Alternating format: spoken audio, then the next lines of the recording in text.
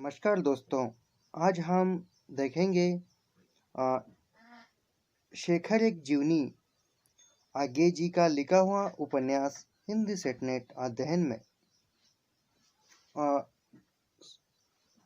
उपन्यास की समीक्षा सारांश देखने से पूर्व हम इस उपन्यास में जो प्रमुख पात्र हैं उन पात्रों का परिचय देखते हैं। सबसे प्रथम मुख्य पात्र है शेखर।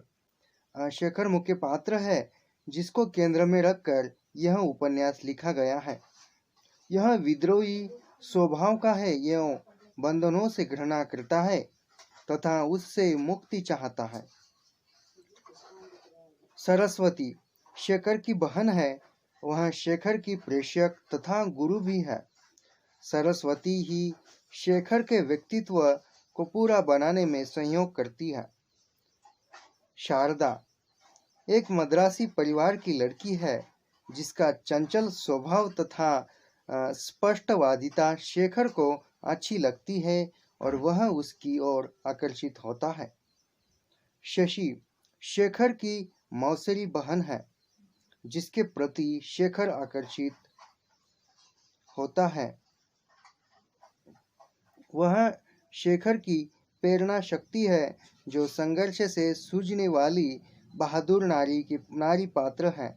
इसके अतिरिक्त शेखर की माँ मनिका तथा शांति अन्य पात्र है जो कथा के विकास में अपनी महत्वपूर्ण भूमिका निभाते हुए नजर आते हैं। सच्चिदानंद हीरानंद वात्स्यायन आज्ञे जी का पूरा नाम है।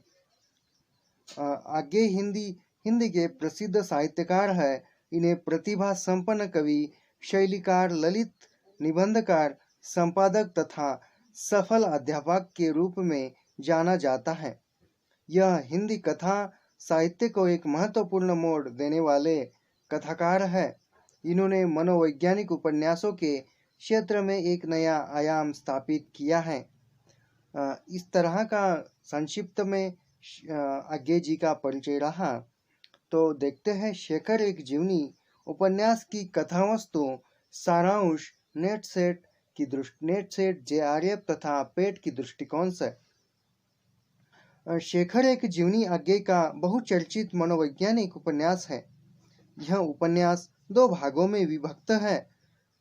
उत्थान और उत्कर्ष इसका पहला भाग है, सन 1940 में, तथा दूसरा भाग सन 1944 में प्रकाशित हुआ है। इसका पहला भाग 1940 में प्रकाशित हुआ है और दूसरा भाग 1944 में प्रकाशित हुआ है।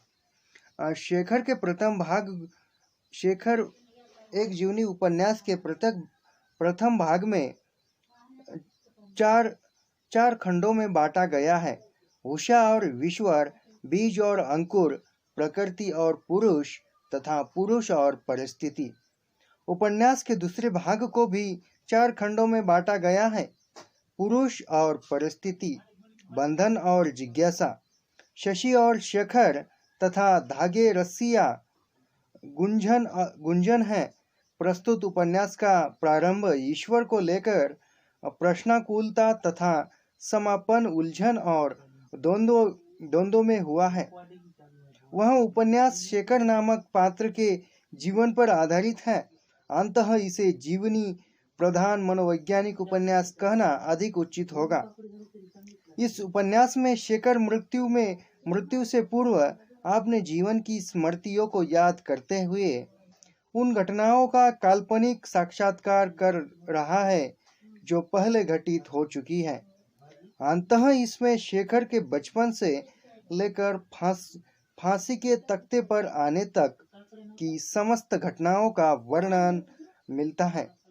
इस प्रकार इसमें पूर्वद्युक्ति फ्लैशबैक शैली का सफलतापूर्वक चित्रण हुआ है।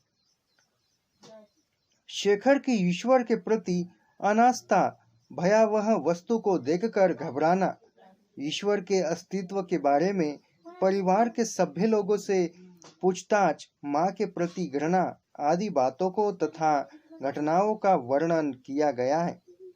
शेखर एक जीवनी उपन्यास में शेखर की मनस्थिति के आधार पर उसकी कथा परस्पर जुड़ती है। संवरती तथा निखरती चलती है। शेखर की मनस्थिति में जो विकास हुआ, उसकी स्मृति पर से उसके स्मृति के पट पर जो जो चित्र उभरे, उसी के अनुसार कथा को आगे बढ़ाया गया है। कथा वस्तु के श्रृंखला होने का कारण शेखर की चंचल तथा उलझी हुई मनस्थितियों, साथ ही लेखक का ध्यान शेखर की मनस्थिति पर ही केंद्रित होता है। उसके व्यक्तित्व निर्माण और विकास के प्रति दृष्टि रखने का कारण कथा का क्रमिक विकास नहीं हो पाया। शेखर जन्म से ही विद्रोही स्वभाव का है। उसका विद्रोह समाज में व्याप्त रूढ़िगत मान्यताओं और परंपराओं के प्रति है। वह समाज के प्रदत्त नियमों के भीतर अपने व्यक्तित्व का गला घोटने को तैयार नहीं है। लेखक ने शेखर को ईमानदार एवं जिज्ञासु व्यक्ति के रूप में प्रस्तुत किया है। उसमें अहंभाव की प्रबलता है तथा उसका व्यक्तित्व काम भावना से परिचालित है। वह समाज के एक ऐसे व्यक्ति का प्रतिनिधित्व करता है जो स्वतंत्र रहना चाहता है, अपने अह की पुष्टि करना चाहता है, मन में उठे प्रश्नों का समाधान करना चाहता है तथा प्रेम चाहता है। आगे की चरित्र चित्रण की शैली उल्लेखनीय है। वे पात्रों के चरित्रांकन में कल्पना का नहीं अपितु तथ्यों का सहारा लेते हुए उनकी चारित्रिक विशेषताओं को उजागर करते हैं। आगे शेखर को मनोवैज्ञानिक पात्र के रूप में इस तरह प्रस्तुत करते हैं कि घटनाओं की अधिकता होने पर भी उसका व्यक्तित्व डगमगाता नहीं है। यह उनके लेखन की विशेषता है। शेखर के जीवन में जो भी परिस्थितियां आती है, वह सब शेखर की आंतरिक भूल प्रकृति की उपज है। उपन्यास में आगे ने शेखर की गूढ़तम प्रवृत्तियों को भी चित्रित किया है, इसलिए सूक्ष्म कलात्मक प्रयोग किया है। उन्होंने शेखर के पात्र को फांसी जैसी विकट परिस्थितियों में अतीत के जीवन को जीने की प्रेरणा देकर उसे सफल बना दिया है। आगे ने शेखर के स्वप्न के मनोविश्लेषण द्वारा उसके भूतकाल के जीवन, वर्तमान जीवन तथा भविष्य के जीवन की दिशा को समझाया है। इस स्वप्न के द्वारा ही पाठक शेखर के समस्त जीवन के बारे में जानकारी प्राप्त कर सकते हैं।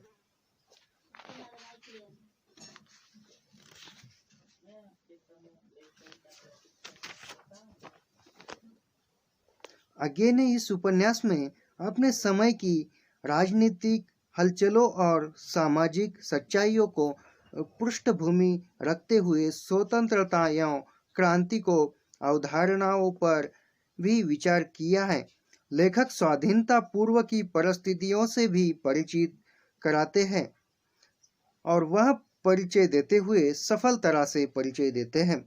लेखक ने इस उपन्यास में मृत्यु, अहिंसा, स्वतंत्रता, प्रेम आदि विषयों पर भी विचार व्यक्त किए हैं। इस पूरे उपन्यास में शेखर के व्यक्तित्व को सुलझाया गया है। अहंभाव, भय तथा नारी पुरुष से जुड़ी काम वर्जनाओं को उपन्यास में इस प्रकार पिरो दिया है कि वे अगले से जोड़े हुए नहीं लगते। प्रस्तुत उपन्यास का उद्देश्य एक व्यक्ति के जीवन की विविध स्थितियों के संदर्भ में उनकी मनोग्रंथियों का विश्लेषण कर समाज में उसका स्वतंत्र रूप स्थापित करना है। उपन्यास में सामाजिक धरातल के विभिन्न पक्षों पर शेखर के मन का विश्लेषण किया गया है। आलोच्य उपन्यास के संवाद पात्रानुकूल, नाटकीय तथा संक्षिप्त है। यदि शिल्प की बात करें तो इस उपन्यास का शिल्प बेजोड़ है। आगे भाषा के धनी हैं। उनके पास समक्ष भाषा है जो बिंबों और प्रतीकों से युक्त होकर कहीं कहीं काव्य जैसी आनंद देने वाली लगती है। उपन्यास में कुछ स्थानों पर ललित पूर्व काव्य भाषा भी प्रयुक्त हुई है। उसमें अलंकारिता प्रतीकों का प्रयोग हुआ है। कथा के अंत में भी प्रतीकात्मक भाव का भाषा का प्रयोग हुआ है। प्रतीकात्मक भाषा के प्रयोग ने उपन्यास के शिल्प को विशिष्टता प्रदान की है। अंततः कहा जा सकता है कि शेखर एक जीवनी एक ऐसा मनोवैज्ञानिक उपन्यास है जो हिंदी उपन्यासों को नई दिशा प्रदान करता है तथा नए उपन्यासकारों को नई प्रेरणा देने वाला है। इस प्रकार यह एक सफल मनोवैज्ञानिक उपन्यास है, ऐसा हम अंत में कह सकते हैं। तो मिलते हैं नेक्स्ट वीडियो में, तब तक के लिए धन्यवाद।